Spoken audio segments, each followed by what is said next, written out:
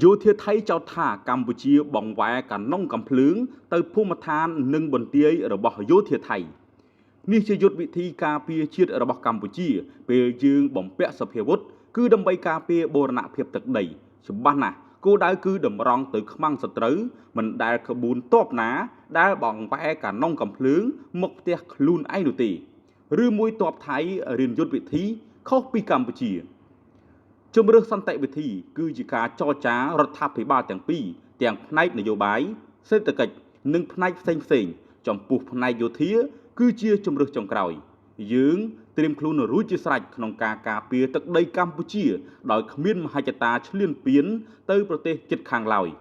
ប្រិមិត្តជាទីគោរពនេះគឺជាការលើកឡើងរបស់នាយឧត្តមសេនីយ៍ទាសីហាឧបនាយករដ្ឋមន្ត្រីក្រសួងការពារជាតិនៃកម្ពុជាប្រិមិត្តជាទីគោរពនិងជាទីមេត្រីការលើកឡើងច្បាស់ពីឧបនាយករដ្ឋមន្ត្រីទាសីហារដ្ឋមន្ត្រីក្រសួងការពារជាតិក្រោយពីយោធាថៃបានចោទថាកម្ពុជាបានបង្វែរកាណុងកំភ្លើងរបស់ខ្លួនទៅរកទឹកដីថៃវាជាការពិតណាស់បងប្អូនមិនដែលសង្គ្រាមឯណាបង្វែរកាណុងកំភ្លើងមកផ្ទះខ្លួនឯងទេច្បាស់ណាស់គឺបង្វែរកាណុងកំភ្លើងទៅ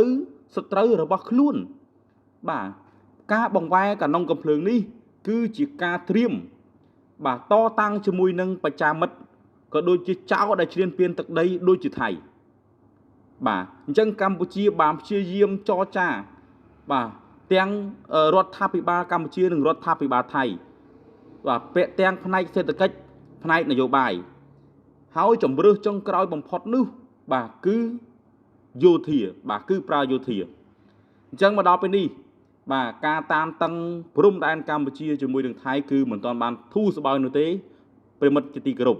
ដូច្នេះរាល់ព័ត៌មានផ្សេងៗខ្ញុំបាននឹងអាប់ដេតជូននៅក្នុង Channel YouTube របស់ខ្ញុំពិសិដ្ឋសូមអរគុណសូមជម្រាបលា